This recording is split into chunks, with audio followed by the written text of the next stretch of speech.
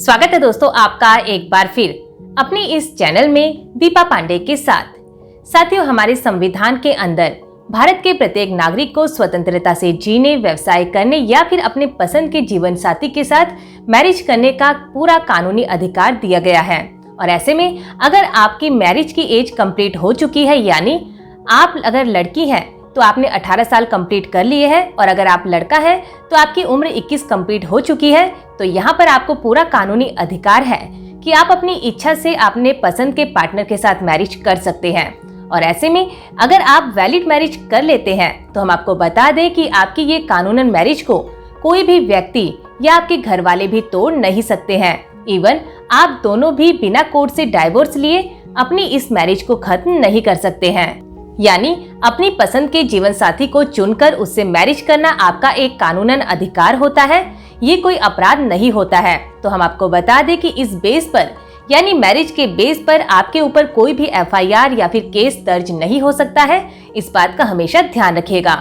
लेकिन साथियों, अक्सर देखा क्या जाता है कि जब भी कोई लड़का लड़की मैरिज करने के लिए घर से निकलते हैं तो उनके पेरेंट्स पुलिस स्टेशन जाकर इसकी शिकायत दर्ज करवा देते हैं। स्पेशली जो लड़की के पेरेंट्स होते हैं वो लड़के के खिलाफ संगीन धाराओं में जैसे अपहरण, रेप आदि के तहत मामले दर्ज करवा देते हैं। तो साथियों, अगर आप ऐसी किसी भी केस या एफआईआर से बचना चाहते हैं तो आपको चाहिए कि जैसे ही आप घर से निकलकर मैरिज कर लें, तुरंत इसकी सूचना मौका देखते ही अपने घर वालों को, स्पेशली जो लड़की के पेरेंट्स हैं, उनको कर दे। साथ ही एसपी को भी इसकी सूचना दे सकते हैं ताकि उनको इस बात का पता चल जाए कि आपने मैरिज कर ली है और वो आपके खिलाफ कोई भी एफआईआर दर्ज ना करवाएं। आप चाहे तो व्हाट्सएप या कॉल के माध्यम से भी अपने पेरेंट्स को इस बारे में सूचित कर सकते हैं। और इसके अलावा जब भी आप अपनी मैरिज करें तो आप एडवोकेट के थ्रू इसकी इंटीमेशन मैरिज सर्टिफिकेट के साथ अपने एसपी को, लोकल थाने को, यहाँ तक कि घर वालों को भी बाय पोस्ट भेज सकते हैं। इससे क्या होगा कि किडनैपिंग या रेप जैसी जो संगीन धाराएं हैं वो आपके खिलाफ दर्ज होगी नहीं और आप ऐसी परेशानियों से खुद को बचा पाएंगे। लेकिन साथियों, अगर इन सभी प्रिकॉशंस के बाद भी अगर आपके ऊपर कोई झूठी एफआईआर या केस दर्ज हो जाता है तो भी आपको इससे डरने की जरूरत नहीं है। अगर आपके पास पुलिस का इस बारे में कोई भी कॉल आता है तो आपको सबसे पहले उनसे एफआईआर की कॉपी मांगनी है ताकि आप जान सके कि आपके ऊपर किन किन धाराओं के तहत एलिगेशंस लगाए गए हैं। जो आपका कानूनी अधिकार बनता है कि उनसे एफआईआर की कॉपी लेना।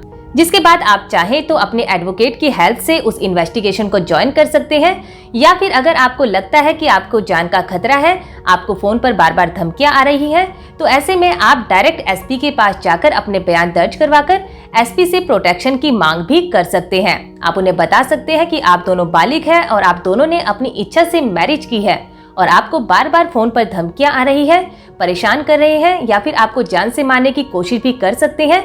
तो ऐसे में आपको पुलिस द्वारा प्रोटेक्शन मिलेगी या फिर आप डायरेक्ट कोर्ट का भी इसके लिए दरवाजा खटखटा सकते हैं।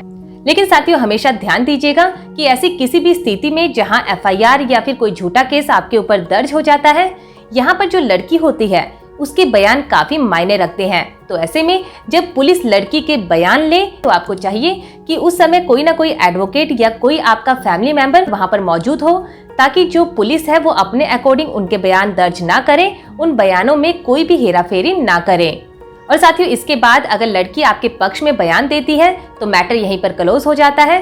पुलिस उस लड़की को आपको सौंप देती है और जो अपनी रिपोर्ट है यानी फाइनल रिपोर्ट है वो कोर्ट में पेश करके मामले को क्लोज कर देती है। लेकिन अगर सिचुएशन इसके विपरीत होती है, यानी अगर लड़की है वो आपके विपक्ष में यानी आपके अगेंस्ट बयान देती है, तो ऐसे में आपको चाहिए कि अगर आपको लगता है कि इसके पीछे दबाव बनाया गया है, डरा धमका कर लड़की से बयान लिखवाए गए हैं, तो आपको यहाँ चाहिए कि आप एडवोकेट की हेल्प लेकर, अगर वो एडवोकेट की प्रेजेंस में नहीं थे तो एडवोकेट की हेल्प लेकर उन बयानों को दोबारा दर्ज करवाएं ताकि लड़की बिना डरे, बिना दबाव में जो सही है वो बयान दे। इसके अलावा डायरेक्ट मैजिस्ट्रेट के सामने भी आप लड़की के बयान दर्ज करवा सकते हैं। लेकिन साथियों, अगर इसके बावजूद भी लड़की किसी भी कारण से या इमोशनल होकर अपने बयान चेंज करती है, यानी पहले तो वो अपनी पसंद से आपके साथ मैरिज करने के लिए तैयार थी, जो कि आपने कानूनी रूप से मैरिज कर भी ली है, और उसके बाद लड़की इमोशनल होकर अगर अपने बयान बदलती है तो यहाँ पर आपको अधिकार है,